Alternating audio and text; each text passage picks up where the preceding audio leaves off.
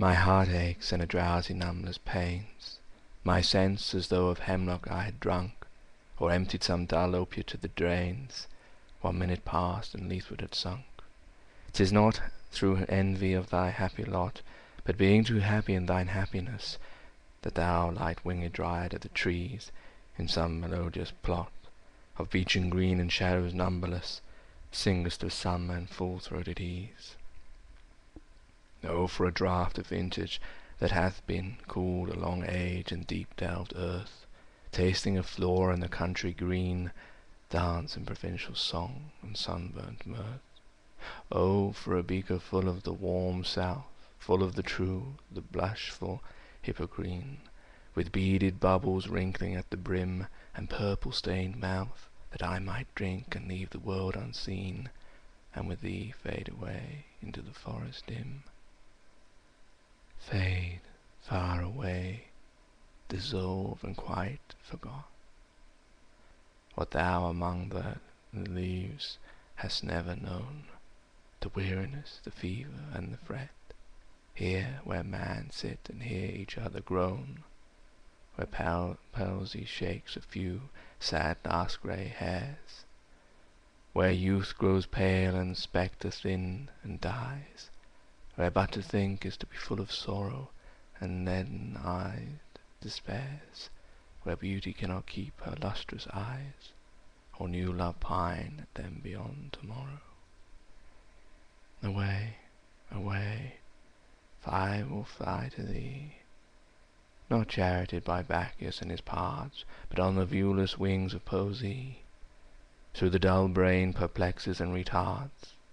Already with thee tender is the night, and happily the queen moon is on her throne, clustered around by all her starry fays. But here there is no light, save what from heaven is with the breezes blown, through venturous glooms and windy mosey ways.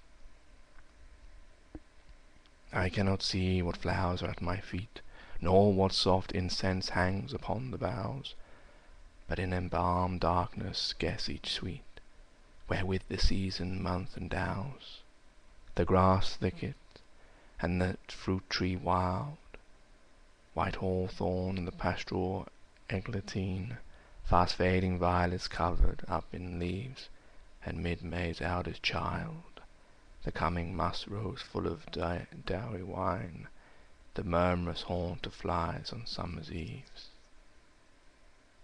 Darkling I listen, and for a time I have been half in love with easeful death, called him soft names in many a mused rhyme, to take into the air my quiet breath, no more than ever seem it rich to die, to cease upon the midnight with no pain, while thou art pouring forth thy soul abroad, in such ecstasy still wouldst thou sing, and I have ears in vain to thy high requiem become a song. Thou wast not born for death, immortal bird, no hungry generation tread thee down. The voice I hear the passing night was heard in ancient days by emperors and clown, perhaps the self-same song that found a path through the sad hearts of Ruth when sick for home. She stood in tears amid the alien corn, the same that oft times hath charmed magic casements opening on the foam of perilous seas in fairy lands forlorn. Forlorn, the very word is like a bell, to toll me back from thee to my sole self. Adieu, the fancy cannot cheat so well as she is farmed to do, deceiving elf.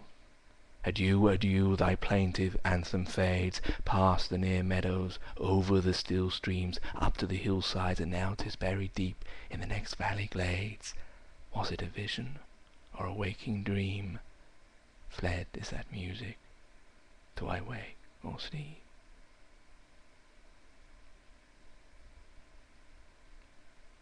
I probably didn't read that very well, because the rhyme is very difficult. Maybe I'm reading them too slow. There's Ode to a Nightingale by John Keats, because I could see the rhymes were, drunk and sunk and pains and drains trees and ease and lot and plot.